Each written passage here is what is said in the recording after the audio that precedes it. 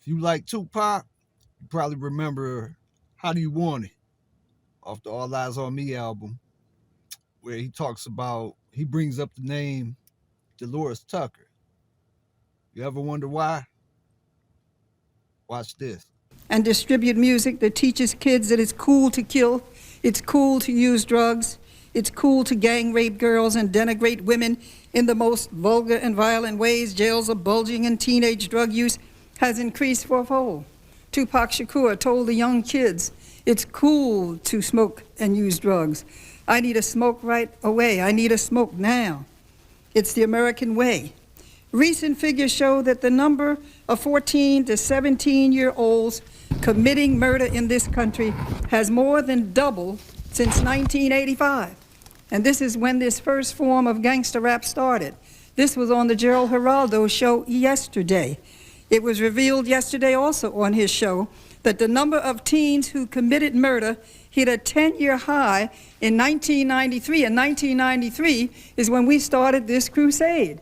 That's when Tupac Shakur, Snoop Doggy Dog was the heroes of our young people, telling them to do it doggy style, telling them to slit one's throat, telling them that it's better to rape and kill and steal and take drugs than it was to go to school, F homework, F the teacher, F your parents, kill your parents.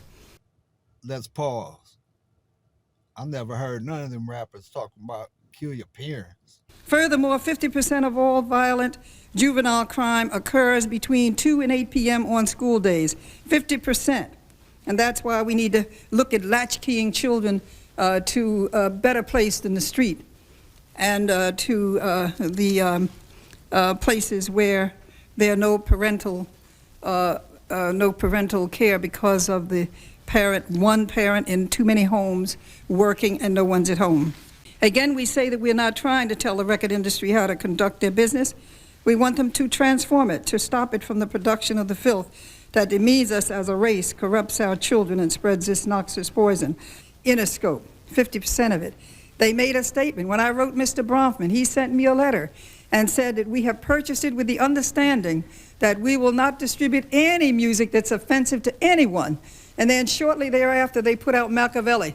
Not only offended me as a black woman and teaching our children again to kill and to be called niggers, but also insulting my own faith and the faith of others. Condemning one saying, Hail Mary, Hail nigger. This is wrong. And when we brought this to his attention, nothing has changed. In fact, they have the greatest increase in their profits from Interscope because of the sales of this music that is destroying our children. We want the industry to respect us like they do others.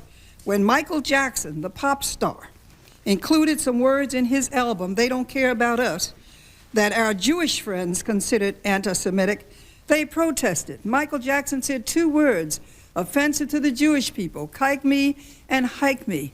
And the Jewish leaders went to Sony. And the president said, well, it must have slipped through.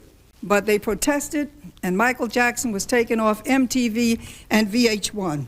I applaud them.